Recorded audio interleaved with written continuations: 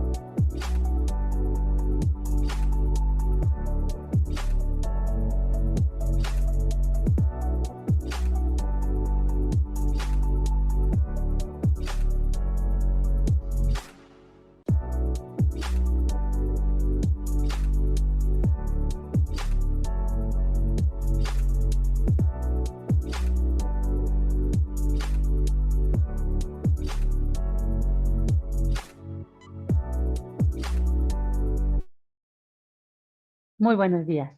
Doy la más cordial bienvenida a la audiencia que nos acompaña en este segundo día del Foro Digital Soberanía Energética en Voz de las Mujeres, espacio donde las mujeres especialistas en el sector energético nos comparten su experiencia y contribución para el desarrollo de México, el cual nos permitirá alcanzar la soberanía. Les recordamos a la audiencia que este foro se está transmitiendo en vivo en @cener_mx en Twitter, @cener.mx en Facebook, @iner_mx en Twitter y @iner.mx en Facebook. Sin más, damos inicio a este foro. Los invito a ver la siguiente cápsula. Mi nombre es Verónica Elizabeth Vadillo Almaraz. Soy doctora en radioquímica con opción en el ciclo del combustible nuclear. Soy directora de investigación científica en el Instituto Nacional de Investigaciones Nucleares. Mi trabajo en el almacenamiento seguro de desechos radioactivos es necesario para impulsar la energía nuclear como una fuente energética segura y confiable que garantice el abastecimiento eléctrico, que ayude en la lucha contra el cambio climático, reduzca la dependencia energética del exterior y produzca electricidad de forma constante.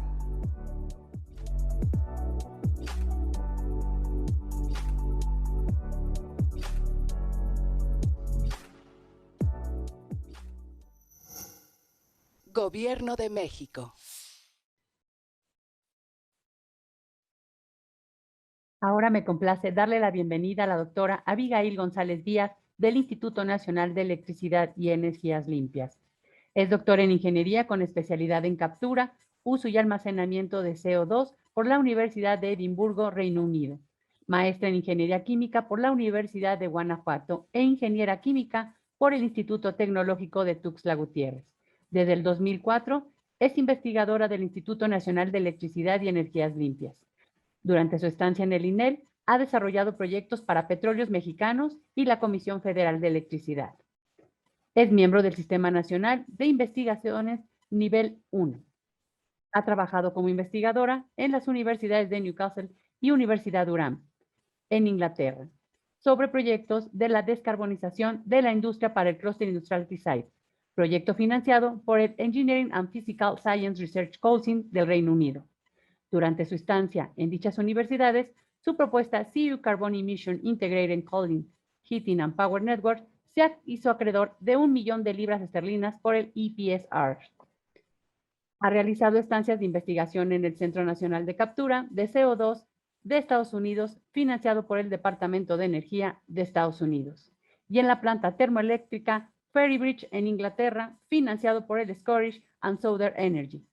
A nivel nacional, en la refinería Antonio Doval y Jaime, Salina Cruz, Oaxaca, y en el Instituto Mexicano del Petróleo.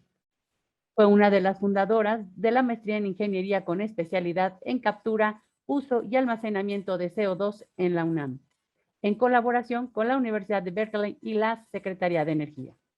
Es profesora de la asignatura Temas Selectos de Sistemas Energéticos, Principios de Captura de CO2, del posgrado en Ingeniería en la UNAM.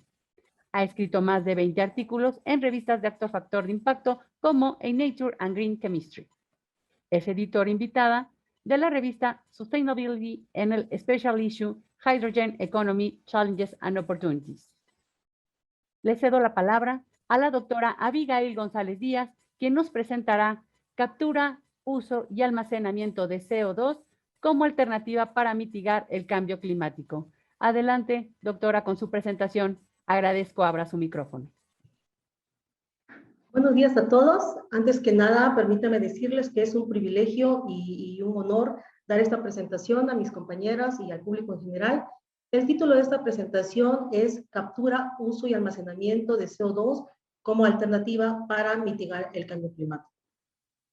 El contenido de esta corta presentación es la siguiente. Hablaremos sobre cambio CO2 y cambio climático, emisiones de CO2 por sector en el mundo, qué es captura, uso y almacenamiento de CO2. Daremos un poquito más de información acerca de lo que es el almacenamiento geológico de CO2, uso de CO2, cuál es el estatus de la tecnología en México y daré una breve descripción de lo que es mi línea de investigación. Como todos sabemos, el cambio climático ha causado cambios catastróficos en el medio ambiente, en el planeta, como sequías, inundaciones.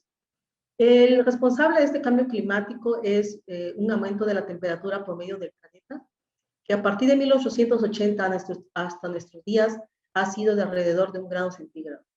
Este aumento de la temperatura promedio del planeta está estrechamente relacionado con la concentración de CO2 en la atmósfera de la Tierra, que inició en 1850, fue incrementando durante la Revolución Industrial y en 1950 alcanzó un crecimiento acelerado debido al aumento de la población, a la industrialización de muchos países.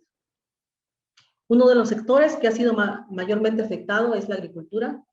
Como podemos ver en color rojo, naranja y amarillo, son los países que más se han visto afectados por el cambio climático, países en desarrollo. Otros países desarrollados, como los países europeos, se han visto beneficiados por este aumento en la temperatura del planeta. Sin embargo, los efectos negativos han sido mayores que los beneficios. Pero ¿quiénes son los responsables de estas emisiones de gases de efecto invernadero? De acuerdo a la Agencia Internacional de Energía, la generación eléctrica ocupa el primer lugar, seguido del transporte, la industria y otros.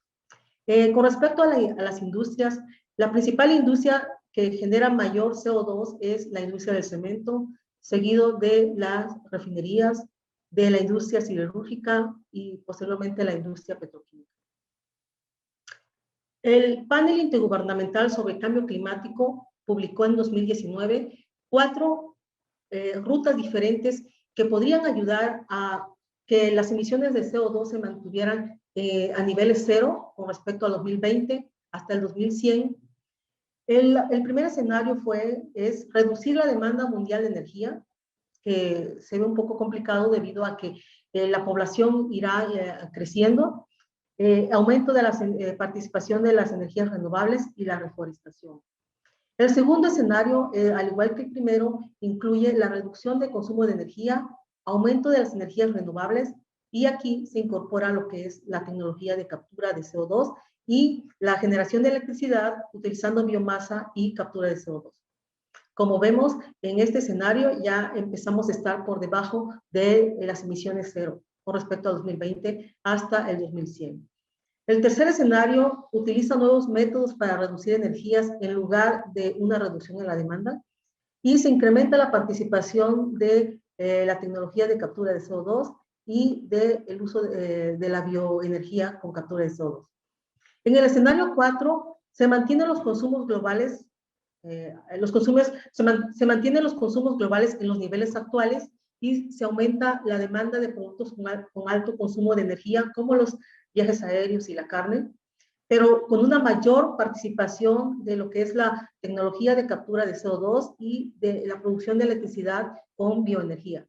Con el escenario 4 es la única que tiene una alta probabilidad de mantener el incremento de la temperatura del planeta por debajo de los 1.5 grados centígrados. ¿Pero qué es captura, uso y almacenamiento de CO2? La captura de CO2 consiste en capturar el CO2 generado de los gases de combustión de una planta de generación, de una industria, podría ser la industria del cemento, del acero, de una petroquímica, comprimirlo y transportarlo, ya sea para almacenamiento geológico o para recuperación mejorada de petróleo. El almacenamiento geológico consiste en la inyección del CO2 en el subsuelo. Para ello, el subsuelo debe tener ciertas características, como por ejemplo, debe contener una zona porosa, que es la zona en donde se atrapará el CO2, y una capa sello que evitará que el CO2 se escape a la atmósfera. También el CO2 se podría utilizar para diferentes usos, como por ejemplo, el PET, que es un bioplástico, la urea, grafenos, minerales que podrían ser utilizados para la construcción, y de diferentes tipos de hidrocarburos como metano, etanol, propanol, entre otros. ¿Cuál es el estatus de esta tecnología a nivel mundial? En Canadá tenemos el proyecto PES, que es la captura de CO2 de una planta de reformación de metano para producir hidrógeno. El CO2 capturado es utilizado para la recuperación mejorada del petróleo. Al igual tenemos el proyecto Bondaridan, que ha estado operando por muchos años. El CO2 se captura de una planta de 100 megawatts y el CO2 se utiliza para recuperación mejorada de petróleo. En Estados Unidos, como vemos, tenemos muchos proyectos demostrativos y también proyectos a escala piloto. Uno de los proyectos más grandes que Estados Unidos ha tenido es el proyecto Petranova, el cual captura el CO2 de una planta de generación de 500 megawatts, una planta que utiliza carbón, y el CO2 lo utiliza para recuperación de mejorada de petróleo en el estado de Texas. También se tiene el proyecto Illinois, que inyectó por muchos años el CO2 en el subsuelo, únicamente almacenamiento geológico, y actualmente ya no está inyectando más, sino que únicamente está monitoreando el comportamiento de ese CO2 en el subsuelo. Como podemos ver, también tenemos se tiene un proyecto en Brasil, proyectos aplicados a la industria, en Noruega, en Asia, en China especialmente. En México, ¿cuál es el estatus de esta tecnología? Esta tecnología ha sido de interés para México debido a los compromisos que tiene, tanto nacionales como internacionales.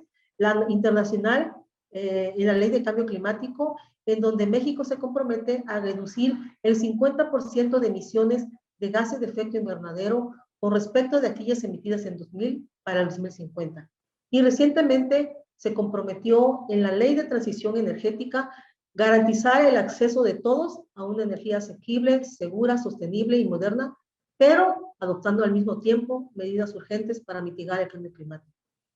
Uno de los trabajos que ha realizado el gobierno mexicano con respecto a esta tecnología es el Atlas Mexicano de Almacenamiento Geológico, en el cual se identifican las zonas de México en el cual se puede almacenar CO2. Y en 2014 publicó el mapa de ruta tecnológico de captura de CO2 y se actualizó en 2018.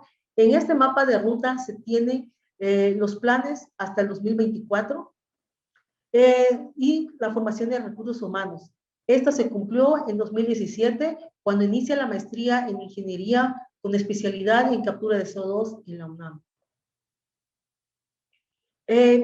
Una de mis líneas de investigación es la flexibilidad de operación de plantas de generación eléctrica con captura de CO2. Esto consiste en lo siguiente. En los últimos años, la participación de las intermitentes energías renovables ha aumentado considerablemente en el mercado eléctrico nacional. Y se espera un incremento al menos hasta el 2024, de acuerdo al PRODECEN 2020-2024. Ante estas circunstancias de intermitencia, las plantas de generación con combustibles fósiles, como son ciclos combinados, son las que brindan esa electricidad cuando, por ejemplo, en la noche, cuando la energía solar no puede generar electricidad o cuando no haya viento y la energía eólica no pueda generar electricidad. Ante esas circunstancias, como lo mencioné, las plantas de generación con combustibles fósiles son las que brindan esa electricidad para cubrir la demanda. Cuando se le incorpora captura de CO2 a esas plantas con combustibles fósiles, es necesario evaluar que no se tenga ninguna restricción a esa flexibilidad. En eso ha consistido mi trabajo, en evaluar diferentes escenarios para asegurarnos que la planta de captura no va a ser ningún obstáculo para la flexibilidad de operación. Otro escenario que hemos evaluado es el efecto de la temperatura ambiente en una planta de generación eléctrica con captura de CO2. Nuestros estudios demuestran que la planta de captura es una planta flexible también, que no va a ser ninguna restricción para brindar esa flexibilidad que se requiere ante cambios de las temperaturas ambientales. Este trabajo lo pueden encontrar en una publicación del 2017 que se llama Efecto de la temperatura ambiente en un ciclo combinado con captura de CO2. Y así como estos, hemos evaluado otras alternativas para que se le brinde flexibilidad a las plantas de generación eléctrica con captura de CO2. También hemos identificado las plantas de generación eléctricas candidatas para incorporarles captura de CO2. Esto debido a que el CO2 que se capture debe tener un objetivo final, ya sea almacenarlo o ya sea para recuperación mejorada de petróleo. Como lo mencioné, en el Atlas Mexicano de Almacenamiento Geológico de CO2, divide a México en dos secciones. La zona de inclusión, que es la zona apta, que tiene esas características, el subsuelo, para almacenar CO2, y la zona de exclusión, que por ser una zona sísmica, representado en este mapa en color verde, es un suelo que no es apto para almacenar CO2 debido a que es una zona sísmica y a que el subsuelo no tiene las características que se requieren. También El CO2 puede ser utilizado para recuperación mejorada de petróleo. México tiene 3 campos grandes de petróleo que son candidatas para recuperación mejorada de petróleo, que es Burgos, Chicontepec y Cinco Presidente. Cálculos preliminares indican que se puede almacenar hasta 50 millones de toneladas de CO2 anuales, que es aproximadamente la cantidad de CO2 que generan las plantas de generación actuales, las que ya están construidas, las futuras y algunas plantas industriales localizadas en el Golfo de México. También otra de mis líneas de investigación es la producción de bioplásticos a partir de CO2 y biomasa. El PET, como sabemos, no solamente es un problema que genera grandes cantidades de residuos de plásticos en el mundo, sino que también es un proceso que consume mucha energía durante su proceso y por lo tanto genera altas cantidades de gases de efecto invernadero. El bioplástico llamado PET se produce, como mencioné, a través de biomasa y CO2. La ventaja de esta biomasa que utilizamos es biomasa residual, como bagazo, a diferencia de otros procesos que también producen PET, pero con biomasa como el maíz y el trigo, el cual es un problema porque compite con biomasa que se utiliza para alimentos. Este bioplástico nada más nosotros lo presentamos como un producto que se utilizaría durante la transición hasta que llegue el momento en que ya no se requiera el uso de plásticos. Las propiedades de este bioplástico son similares a la del PET, un poco más resistentes, por lo tanto son también reciclables. Los resultados de este estudio se publicaron en la revista Nature en 2020. Tuvo una buena aceptación. Como saben, la revista Nature es una revista muy seria. Nuestros resultados muestran que hay una reducción del 70% de emisiones de gases de efecto invernadero con respecto a la producción de PET convencional. Y por lo tanto también alrededor del 70% de consumo de energía durante la producción del bioplástico producido de biomasa y de CO2. Este fue el primer paso que hicimos. Hay más oportunidades de reducir los gases de efecto invernadero. Por ejemplo, en nuestro proceso que presentamos en este trabajo, utilizamos para la producción de vapor, utilizamos un sistema de cogeneración, el cual puede ser sustituido por energías renovables, el cual nos permitiría reducir aún más los gases de efecto invernadero y el consumo de energía. También he evaluado la descarbonización de alimentos, la producción de alimentos. Por ejemplo, en este caso fue de arroz y trigo, debido a que son alimentos que se utilizan alrededor del mundo. Evaluamos todo el sistema, no únicamente el proceso de plantación del arroz y trigo, sino también consideramos sus materias primas y nos enfocamos al proceso de de la producción de fertilizante, debido a que es la etapa en donde más CO2 se produce. Y también consideramos que si el CO2 que se utilice se vaya a utilizar para almacenamiento o para recuperación mejorada de petróleo, incluimos no solamente la producción del petróleo, sino que también de los subproductos y el CO2 que estos generen cuando se utilicen para generar electricidad o calor y también durante el transporte. Este trabajo lo hicimos más que nada para demostrar a la sociedad que con un proceso de captura de CO2 únicamente podemos reducir una cantidad muy pequeña de gases de efecto invernadero, debido a que considerando todo el sistema de producción de arroz y trigo, se tienen otros gases, no solamente CO2, sino que también el metano, el NOx, y por lo tanto la participación del CO2 es muy pequeña. Con esto tratamos de concientizar a las personas de que es importante optimizar el uso de los alimentos. También pueden encontrar este estudio con más detalle en una publicación que en la revista Green Chemistry en el 2020 también. También he trabajado en la generación limpia, por ejemplo, en la producción de hidrógeno a partir de biomasa. Como todos sabemos, la biomasa consume CO2 durante la fotosíntesis. La biomasa es utilizada como materia prima en un gasificador para producir hidrógeno y el hidrógeno es utilizado para generar calor en las industrias, para generar electricidad, para transportes y para generar electricidad utilizando celdas de combustible. Y como sabemos, durante la combustión el hidrógeno, pues por la mayor parte del producto es agua. Si el CO2 generado en el gasificador es utilizado para almacenamiento geológico o para recuperación mejorada de petróleo, este sistema sería un sistema de emisiones negativas.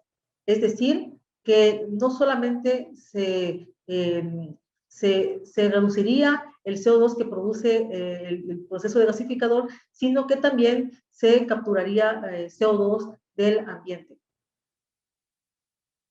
Bueno, esta ha sido la corta presentación de mi línea de investigación.